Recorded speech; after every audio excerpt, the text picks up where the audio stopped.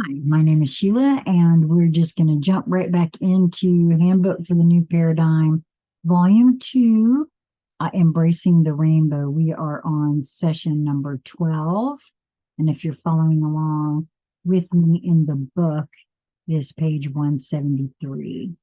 If you're just joining, each volume is in its own playlist on the channel here, and it will roll from one right to the next. So, jumping in here,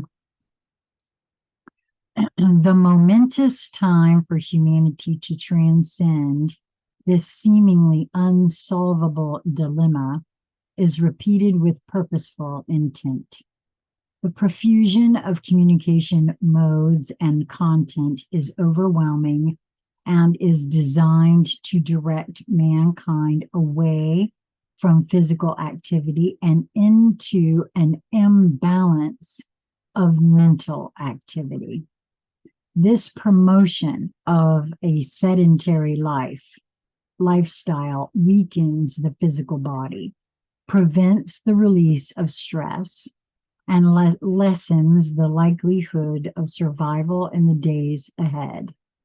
In order to transcend the experience of this repetition of life as guided by others, and to replace it with a life of personal responsibility, each must present in a body on this planet.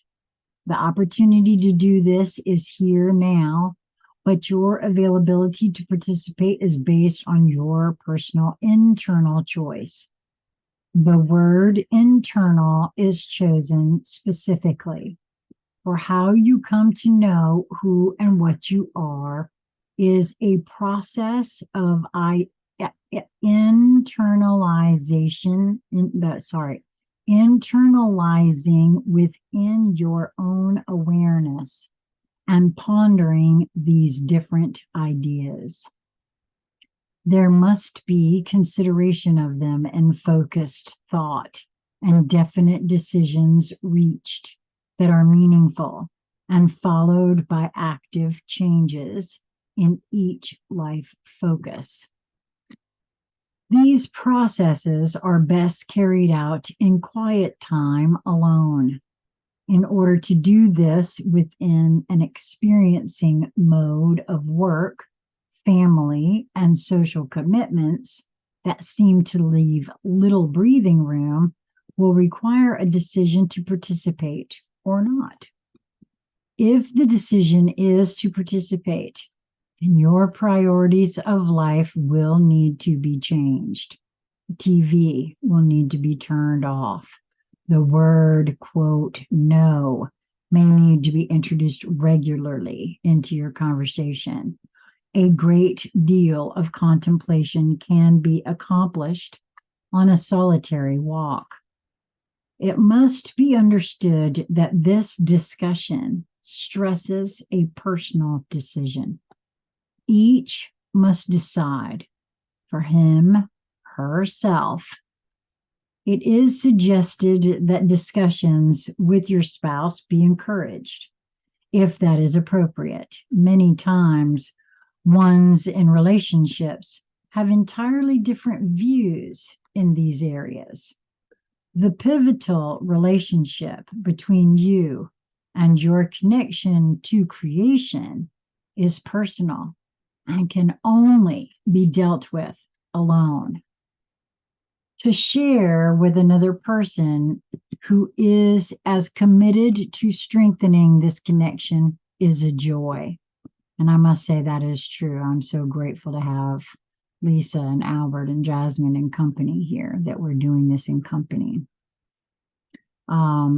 Through deliberate intention, those living on this planet include millions and millions that have been taught since early childhood to seek a greater connection to a, quote, God who is somewhere out there in the unknown, and that one can live a life of ease and luxury after death in some other mythical utopian realm is illogical to visitors from spiritually advanced planets. This Christian myth is paralleled by more beliefs almost as illogical in other religions. Each child is first to learn the gift of self-awareness is the only God necessary for each to know. Then all of their life is experienced through this focus point, with further learning that personal responsibility empowers it through their life experiences into either a positive or a negative perspective.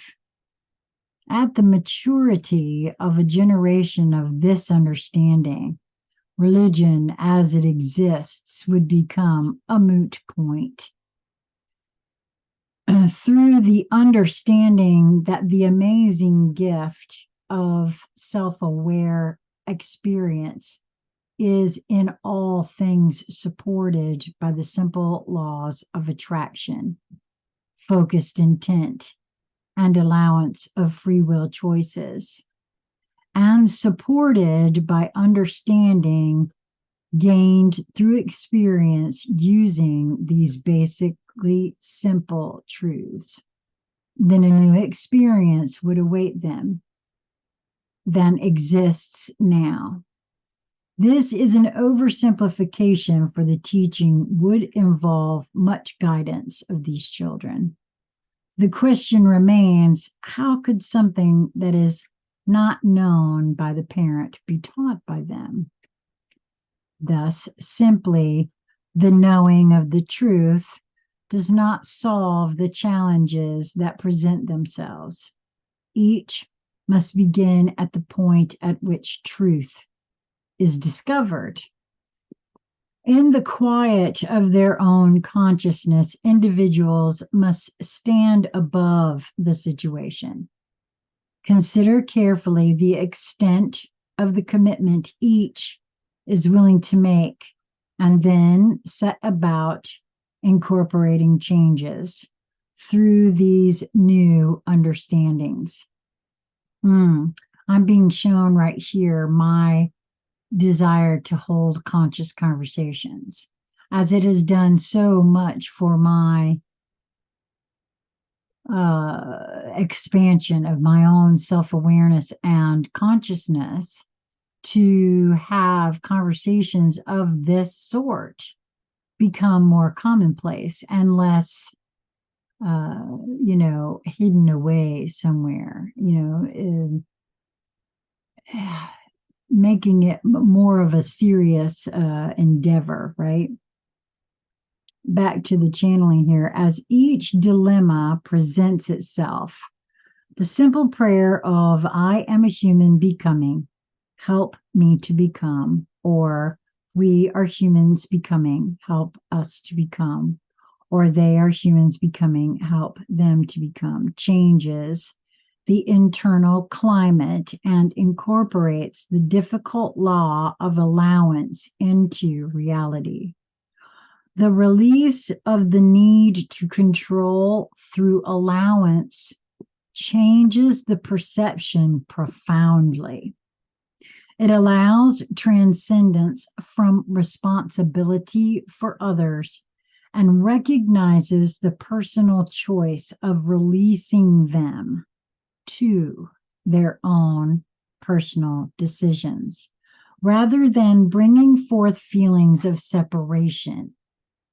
This blessing process brings forth an experience of a form of love that has blessed them in a way that will have profound effects on their life.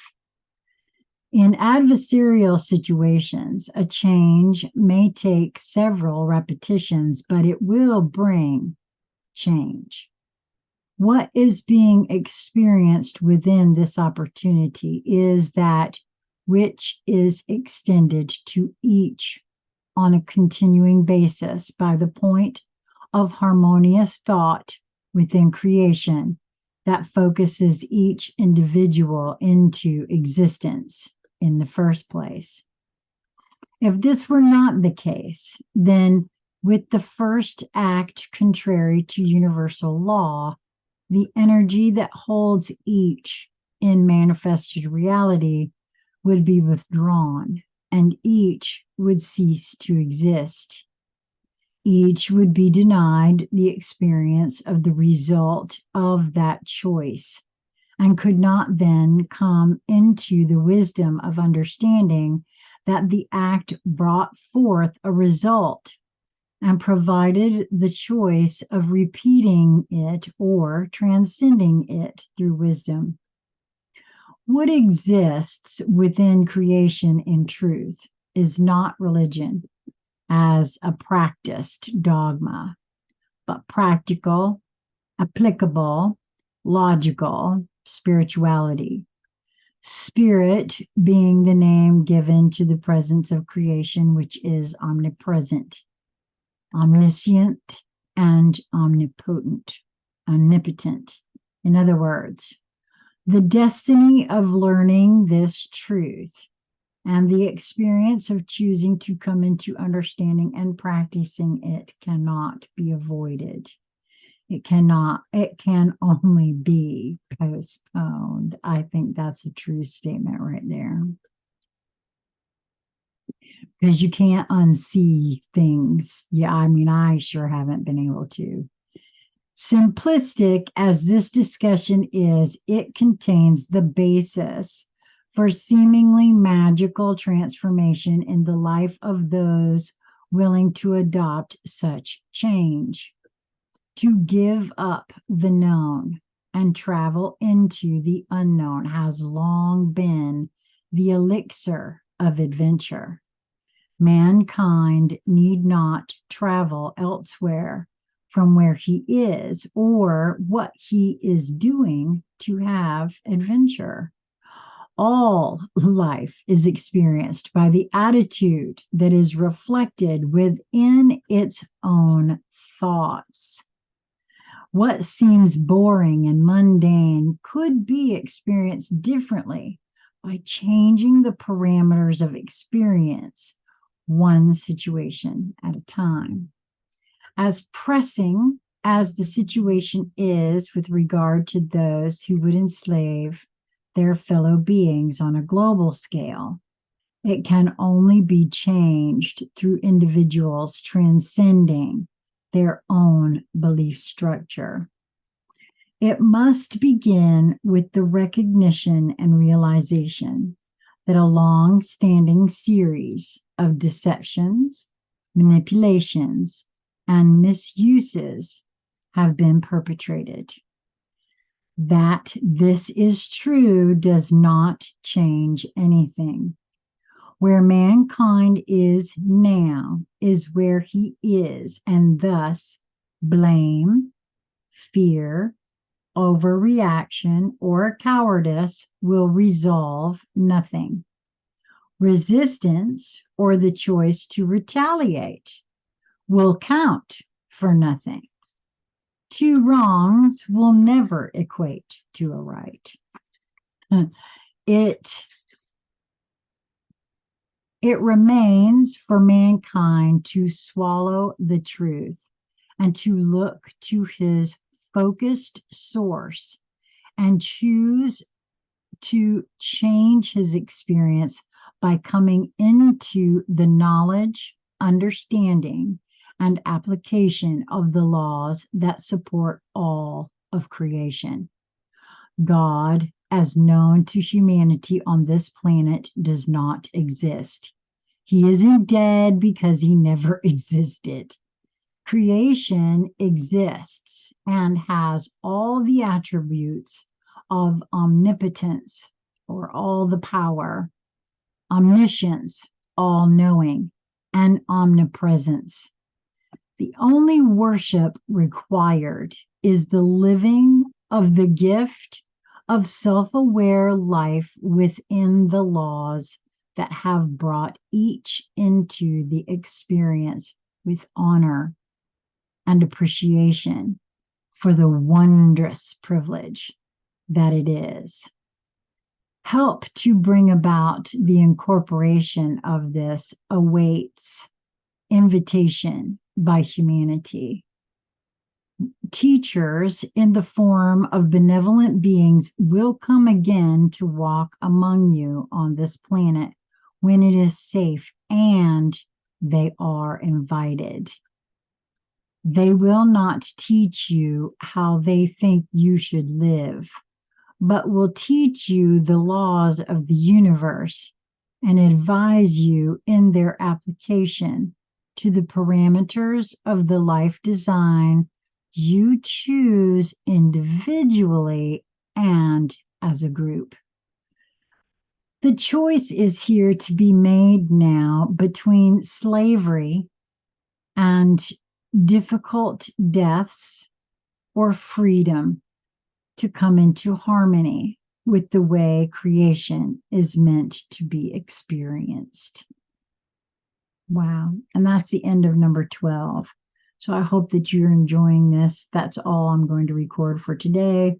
The next time I will begin on page 176, session number 13 of Handbook for the New Paradigm, Volume 2, Embracing the Rainbow. Wow. Well, thanks again. I hope you enjoy. Till next time. Be well, my friends.